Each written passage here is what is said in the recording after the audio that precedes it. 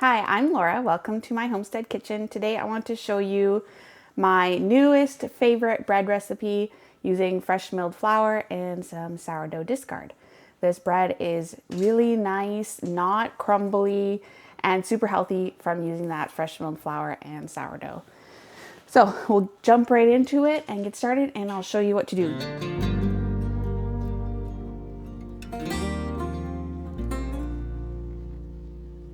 You are going to need a scale to measure these ingredients. I measure them by weight. Not too many special things that you need besides that. Obviously, if you're using fresh milled flour, you need a grain mill, and I'm going to use my KitchenAid to knead this. If you have a different mixer to use to knead it, that is great too. So let's start measuring out some of these ingredients, and we'll get our grain milling. I'm going to use two different types of grain here. Mostly we're going to use a white hard wheat berry, and then I'm also using a little bit of rye. You don't have to use rye. You could just use more hard white wheat berries or hard red wheat berries. You want to make sure it's a hard white or red berry because we need that for our gluten structure to get the bread to rise nice.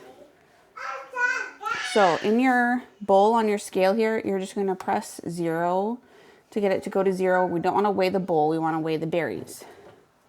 So you're going to pour in 600 grams of the hard white wheat.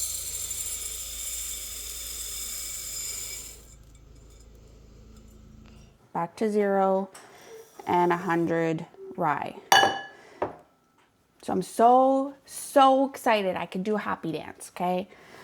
I finally got a better grain mill. I've had this mock mill attachment for my KitchenAid for like 3 or 4 years now, and it is just not good enough for what I need.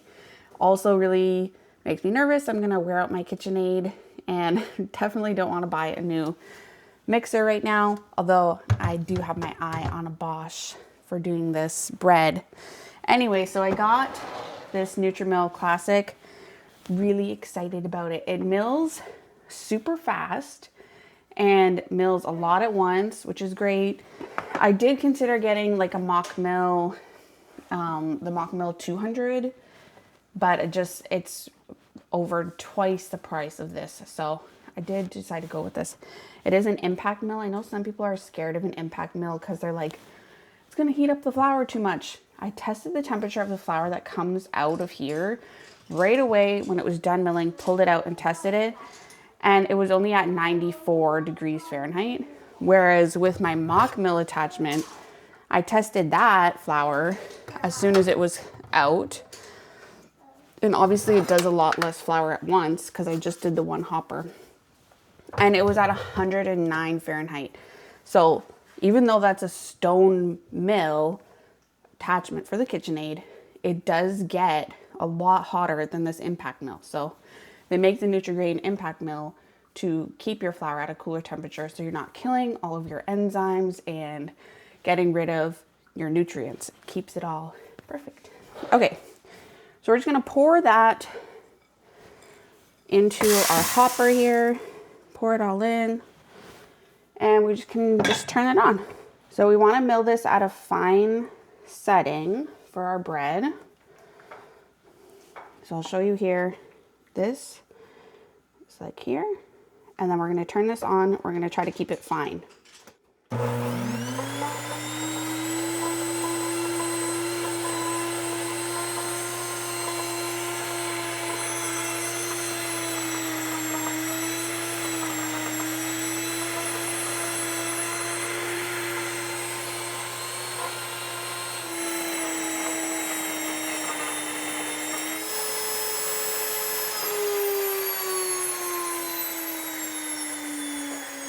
Okay.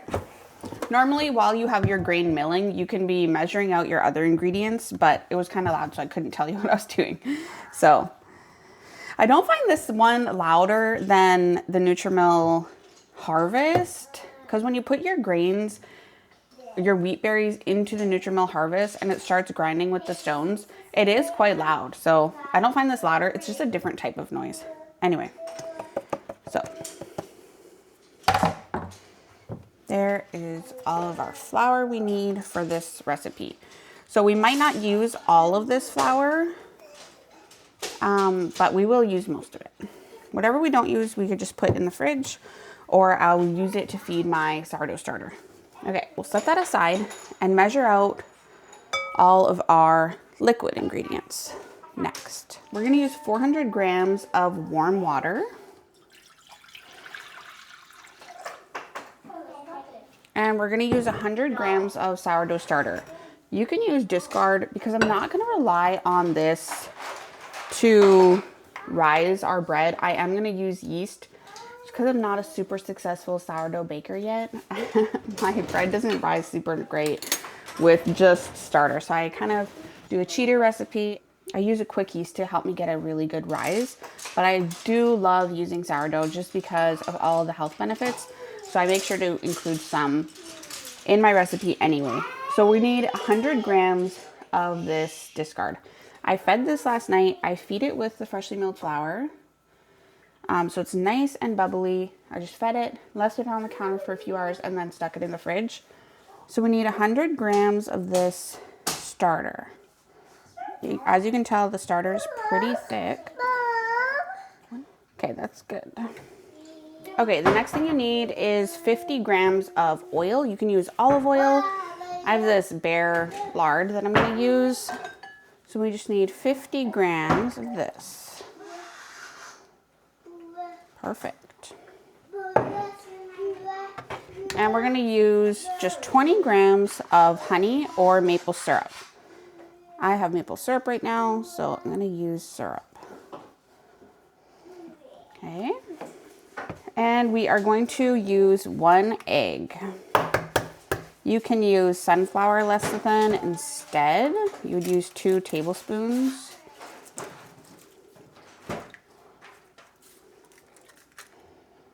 Make sure that shell doesn't stay in there. You could measure everything out into this bowl. You wouldn't have to dump this like I did. Okay, so we're gonna get this on and our dough hook on here. Okay, the last ingredient I'm gonna use is psyllium husk. Besides the flour, I'm gonna put the psyllium husk. So 1 tablespoon of that into this loaf of bread, into this liquid mixture. This just acts as a good binder to help make the bread not so crumbly. Okay, so let's get this going. And we're just gonna add flour a bit at a time. So you're just gonna turn your KitchenAid on to 1.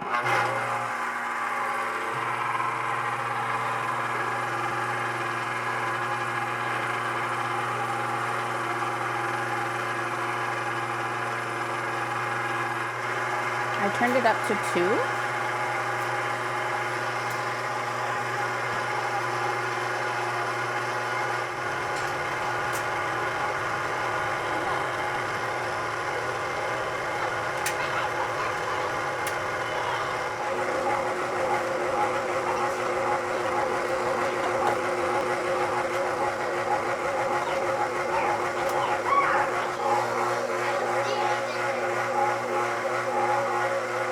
So you can see how the bread is kind of making these 2 balls on either side.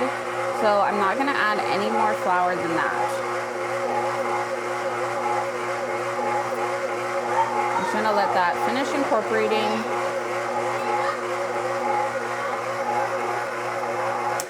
Okay, so we're just gonna let this dough rest. It's called autolyse or autolyse. We're gonna let it rest here for 30 minutes to an hour. And then we're gonna come back and knead it as much as we can to get that gluten developed. So we'll see you in a little bit.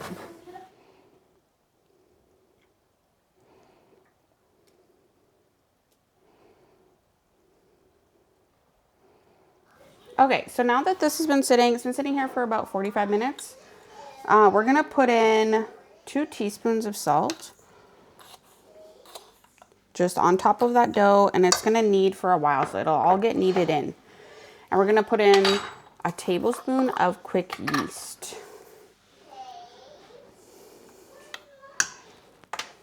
Okay, so we're just gonna turn this mixer onto 1, and we're gonna let it mix for like 10-15 minutes, and we're gonna try our best to get a window pane going. So I'll show you what that looks like once it's been kneading for a while.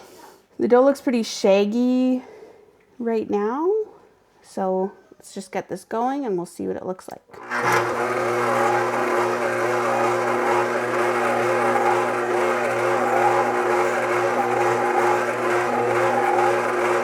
So this is what it looks like after 5 minutes of kneading.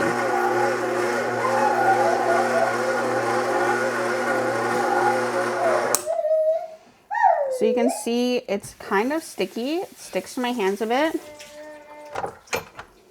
And if we try to do a window pane, pull and stretch it out, we are getting somewhere. But you see how I can just tear that and tears? So it hasn't got to window pane yet, but it is developing that gluten, so that's great. So let's keep kneading.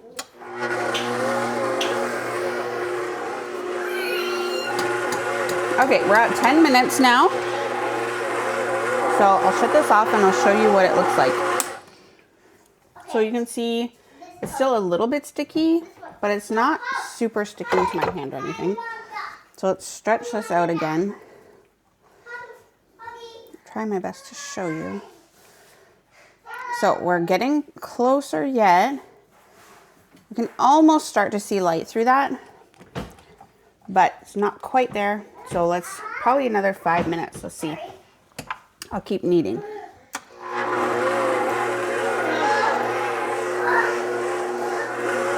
Okay, so this has been going for 15 minutes total now. So let's see. Okay, see how we're gonna try to pull it out like this. Best we can. And I say we're almost at window pane. See how thin that is there before it rips? I'm sure you could stop kneading here, but I want this bread to be really not crumbly and nice and soft. So I really want to get that gluten developed as much as I can. And let's keep kneading for another 5 minutes. And then we'll be done. Okay, so we're sitting, I don't know if you can see that, but we're sitting at 20 minutes total now. So I'll shut this off and we'll be done kneading this. And I'll get it, we want it to double in size rising. So I'll set my timer for about an hour. Let it rise for about an hour before we put it into pans. So I'll show you what we're looking like now. So stretch this up. See that? See that? That looks so good, right? I don't know how good you guys can see that, but it looks great. So 20 minutes in a KitchenAid. They say in a Bosch mixer that you can get to window pane in like 6 to 8 minutes. And you could do such a bigger batch. Like this is only gonna make me 1 loaf. So I did want to measure this dough and see how much it weighs so you can kind of gauge what size pan to use for your bread. I use a pretty big pan and this is a pretty big loaf. You could use smaller pans and make this into 2 loaves, but I don't know, there's something just so satisfying to me when you have like this huge loaf of bread.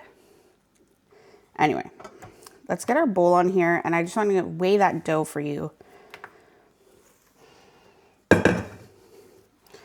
So that's what we're looking like.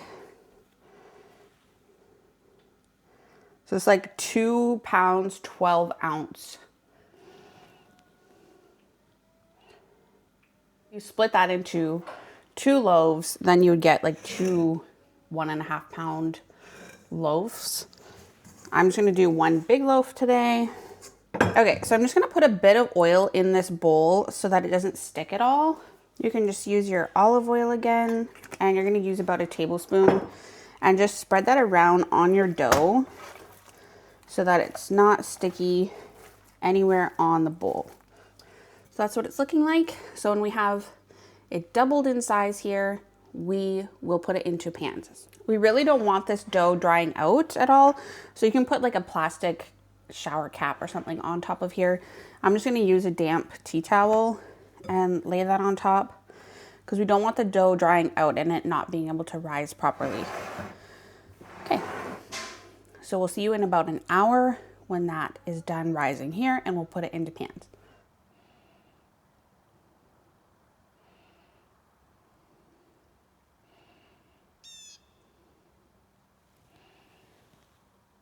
Okay, so it's been an hour. You can see this is poofing up. So it has doubled in size. It's looking nice. So we have our greased pan here. I wanted to show you the pan I'm using. It's quite large. It's very thin. Like this is more of a normal size bread pan. So it's quite a bit bigger. It's just what I like to use. Definitely if you want to make this into 2 loaves instead of just the 1. Whatever you prefer. So just punch that dough down and get it out of the bowl, and we're gonna shape it. It looks so nice. Really soft and pillowy. So you're just gonna press it down flat and you're gonna roll it up. So you wanna make sure you do a nice tight roll so that we're not getting any air bubbles in our loaf. Sometimes if you're not careful when doing this, shaping your dough out, you can get a big hole in the center of your bread, which is not great. It's not what we want. So you just try to make the top nice and tight. And so we have like our loaf shape here. And put that in your pan and just kind of flatten it out. Make sure there's no big bubbles. Okay, so we're gonna let that double in size again. It's gonna be getting close to the top here when it's doubled in size. So another hour probably, and I'll show you that, and then we can bake it. Cover it up again and let it sit. It's been an hour, so the bread is ready, almost ready to go in the oven. So I just wanted to show you, when you poke this down, see how it comes right back up? That's what you want. If you poke it and it stays down, then you've let it rise too long and it's probably gonna fall on you. So don't let it over rise. You wanna put it in before it gets to that stage. So I'm gonna turn on my oven to 350. We'll give the oven 10 minutes to heat up and then we'll put the bread in. Okay, so now that our oven's hot, we can put this bread in. It's just on the middle rack there. So I'm gonna put mine in for 40 minutes and then we'll check it. If you had separated your dough and are doing 2 smaller loaves, I suggest you check it at about 30 minutes instead of 40.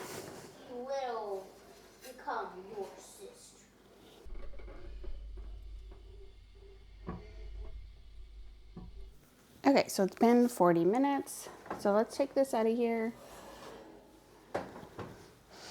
Looks really nice. See that? See that nice rise we got? Okay, so we're just gonna check the temperature to make sure that it's done. You do not want a gooey center in here. So I'm just gonna stick this kind of in our side. Try to get to the middle. And we want to make sure it's above 190, kind of 190 to 200.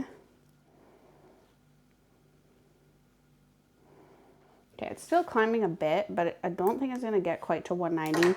So I'm going to put it back in for another maybe 7-8 minutes. And then we'll check it again. Okay, so let's recheck this.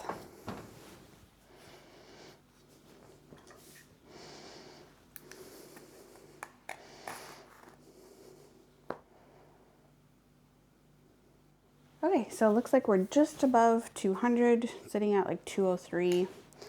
So that is great.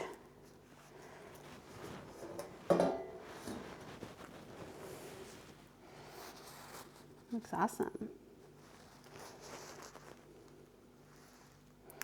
So I'm gonna put this on a wire rack and we're gonna let it cool, and I'll show you what it looks like, what the crumb looks like when we cut into it later when it's all cooled down.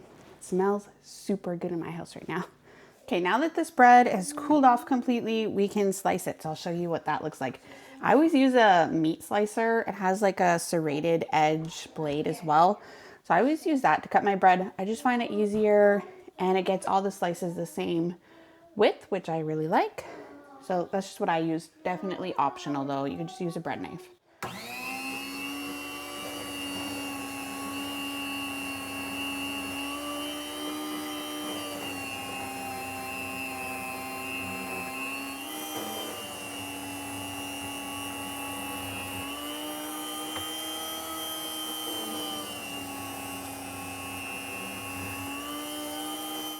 Okay, all sliced up, ready to go.